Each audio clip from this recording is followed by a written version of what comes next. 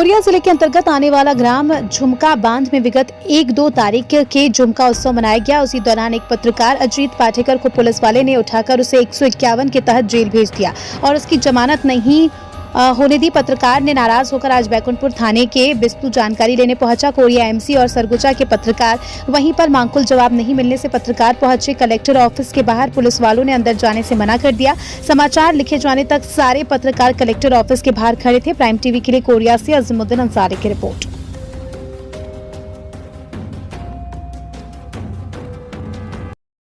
भारतीय राष्ट्रीय पत्रकार संघ के बैनर तले अजीत पाठकर एक हमारा पत्रकार साथी है जिसकी गिरफ्तारी हुई है 151 के तहत।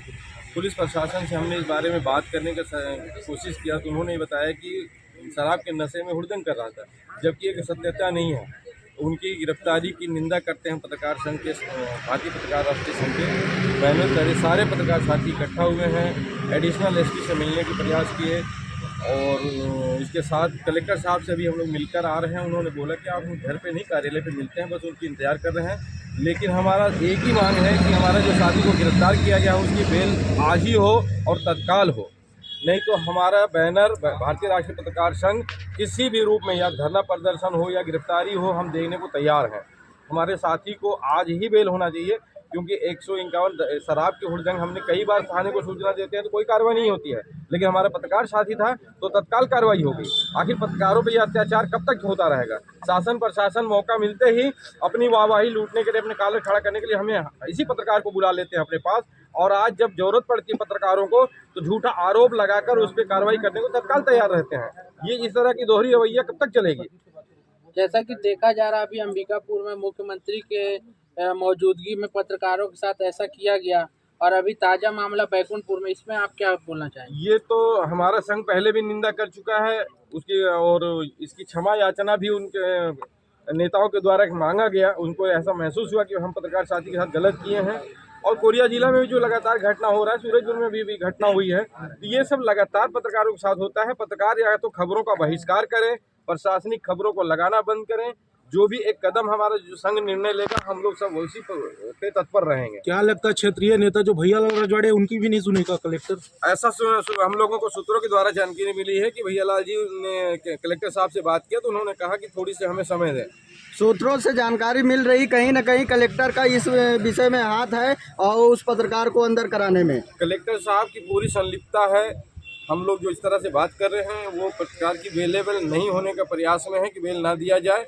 कलेक्टर साहब इसमें पूरी तरह संलिप्त है। वो एक जिले का मुखिया है और पूरे जिला उनका एक परिवार की तरह है। अगर परिवार के किसी सदस्य से गलती होती है तो क्षमा याचना के लिए लायक है, वो क्षमा किया जा सकता है। तो जब पत्रकार साथी आपके साथ बैठ सकता है, आपकी सारे अच्छे बुरे खबरों को लगा सकता है, तो हमसे अगर गलती हो गई, मान लो नशे की हालत, आप कहते हो मैं नशे में हूँ, तो मैं नशे को मानता हूँ कि आपने नशे में था हमारा पत्रकार साथी, लेकिन गलती हो सकती है ना। उनके बगैर गिरफ्तारी कर ली गई, उसके माता पिता, उसके किसी रिश्तेदारों को सूचना नहीं दिया गया। प्रशासन के द्वारा ये बताया गया कि भैयालाल जी को खबर दिया गया। भैयालाल जी फिर आप विष्णुदेव साहब जी को खबर दे दो ना भैया जी। कलेक्टर साहब के द्वारा क्या लगता है कलेक्टर एक स्क्रिप्टेड कहानी बनाकर और पत्रकारों के ऊपर कार्रवाई की जा रही है। 151 का धारा जो पुलिस प्रशासन अपने जेब में लेकर घूमती है, किसी के ऊपर भी लगा सकती है 151 की धारा, उन धाराओं में कार्रवाई करके जेल भेज देना, क्या लगता है आपको? ये घोर निंदनीय है, ये कार्य घोर निंदनीय कार्य है।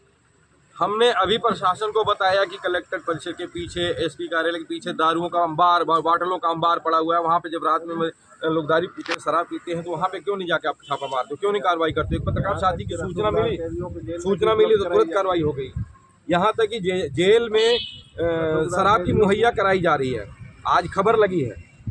तो ये प्रशासन कहाँ जागती है? पत्रकारों पे जागती है। की जांच कराई जाए तो दूध का दूध पानी का पानी हो जाएगा।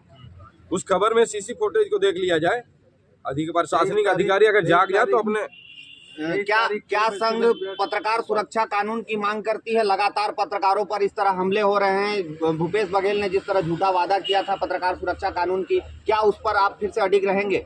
बिल्कुल अडिग रहेंगे। भूपेश सरकार हम पत्रकारों के साथ छलावा किया है और आशा उम्मीद भी करते हैं भारतीय जनता पार्टी के विष्णुदेव साहब मुख्यमंत्री जी से कि हमारी पत्रकार सुरक्षा कानून लागू करें, और हमारी ये मांग बराबर बनी है और बनी रहेगी। इस मांग की लड़ाई हमेशा लड़ते रहेंगे, तत्पर रहेंगे। जी, जैसा कि